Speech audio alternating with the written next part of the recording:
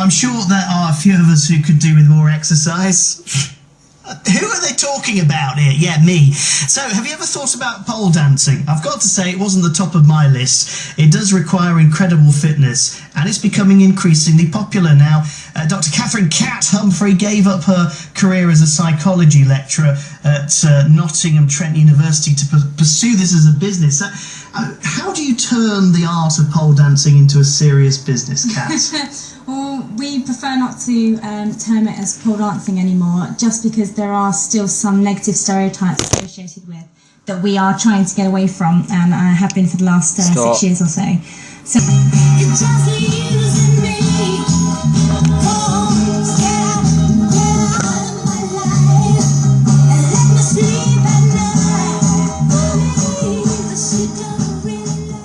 Now, I'm sure there are a few of us who could do with more exercise.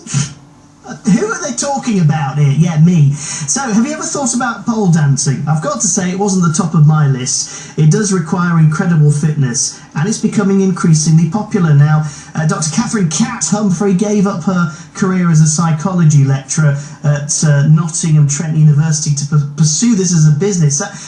How do you turn the art of pole dancing into a serious business, Kat? Well, we prefer not to term it as pole dancing anymore, just because there are still some negative stereotypes associated with that we are trying to get away from, and I have been for the last 6 years or so. So we prefer pole fitness or pole athlete or acro pole as more of a gymnastic art and aerial art.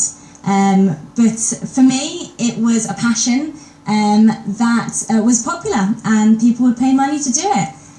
So we took advantage of that and built it into a business, and it's a very successful business, and it's one of the most fantastic places to work when you get to do what you're really passionate about. Yeah, and this passion really sort of lends itself to all kinds of applications. I mean, somebody else who's into it is Hayley, who works here. Hayley, hello. Afternoon. So what did you do? How did you first sort of, if you like, discover the art of pole fitness? Well, one of my friends actually recommended it, and she said once you get past the bruises, because there are bruises involved, it's actually really fun because it combines so many things. So you've got your dance, and it really works your muscles. You really feel it the next day, and it sort of makes you feel a bit powerful. And trust me, I know that we're trying to get past all of the connotations into exotic dancing and that sort of thing. There's nothing sexy about it. It's just incredibly powerful. Because that is the thing, the contact with the actual pole itself, Kat, you're doing it on your arms. I imagine your forearms may give some people the wrong impression that you might be the victim of some sort of terrible abuse. Yes, I also do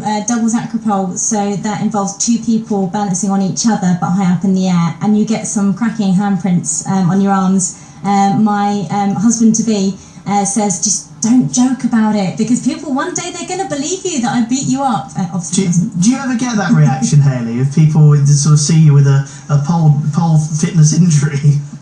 Luckily, a lot of my bruises happen to be on my feet, because I quite like climbing the pole, and you have to use the tops of your feet to climb the pole, and so they're often there, so it doesn't look that dodgy. And that aspect of it perhaps describes why and how, Kat, this could potentially become a professional and indeed an amateur Olympic sport. How do you go about persuading the authorities to even start that process? Well, we've had an Olympic board for quite a few years. It's not that we don't have the talent, because we do. It's trying to change the public's perspective enough to have it as a trial sport. So probably not looking at the next Olympics, but the one after that, it would be lovely to see us trialled as a sport. And you were saying to one of my colleagues earlier that if you imagine it, you have the sort of uneven bars and the swinging about in the air. So in some ways, pole fitness is just a different way. The poles are different way up. Yes, it's just like a gymnastic art. It's a vertical bar instead of a parallel bar.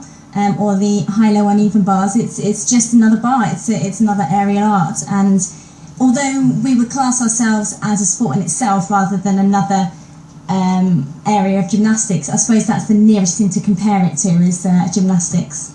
Do you feel as if you've done some gymnastics after a session, Hayley? Absolutely, Kevin. Honestly, I climbed the pole 3 times, and by the end of it, because it is so physical, I'm so out of breath, I have to have a rest. And it's lucky that there isn't a pole each in our class, because I'd be knackered after 20 minutes.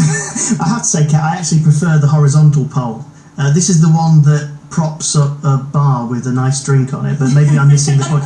But in all seriousness, perhaps an Olympic test sport, how do you persuade the authorities on millions of forms you have to fill out to get them to take it seriously? Well, I'm hoping it's not me personally. I did enough paperwork as a university lecturer. If you think about it, many years ago, we never had kind of volleyball in the Olympics, beach volleyball, or BMX racing and things like that are taken so much more seriously these days. And it does seem like a huge leap now. And yes, it will be a lot of paperwork for some poor soul. But times are changing and we should change with them. Dr. Kat Humphrey speaking to me about the art of pole dancing or pole fitness. It could become an Olympic sport. I'm sure there are plenty of people who would like to see that. I'd like to see the outtakes as well of what happens when it goes wrong. Now, you're listening to BBC